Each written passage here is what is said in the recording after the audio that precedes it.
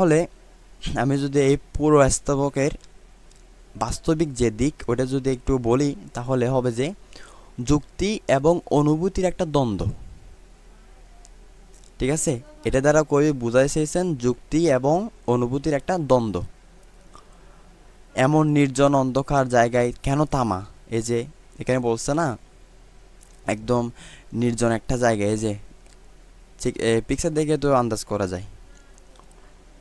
তো ঘোড়াটি এখানে মানুষের বিবেক বা বাস্তব বুদ্ধির প্রতীক, যা প্রশ্ন তোলে এখানে থামা কি ঠিক?